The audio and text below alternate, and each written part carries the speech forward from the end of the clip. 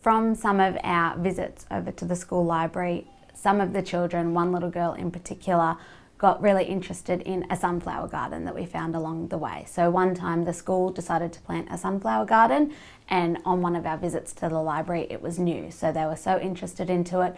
So we stopped by on the way to our library and had a look. They could see the bees getting the nectar from the sunflower. When we came back to kindy, they were talking about it the whole trip back. So they were constantly talking about what they'd seen over at the library.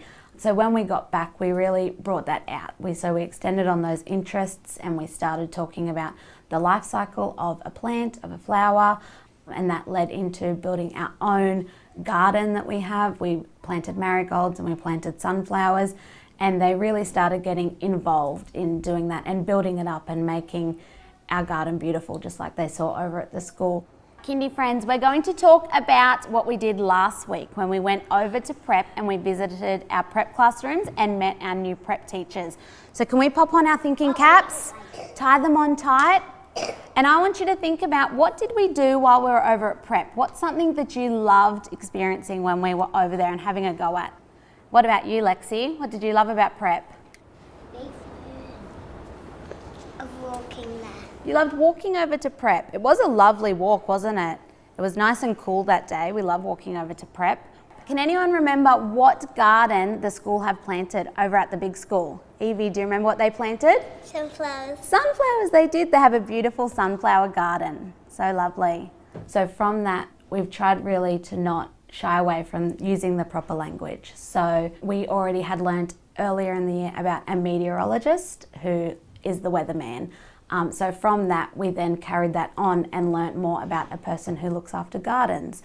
So we started speaking about horticulturist. So each day we have a horticulturist who comes and collects water in the watering can, and they go around and they tend to all of our gardens and make sure they have everything they need with the water and the sunlight.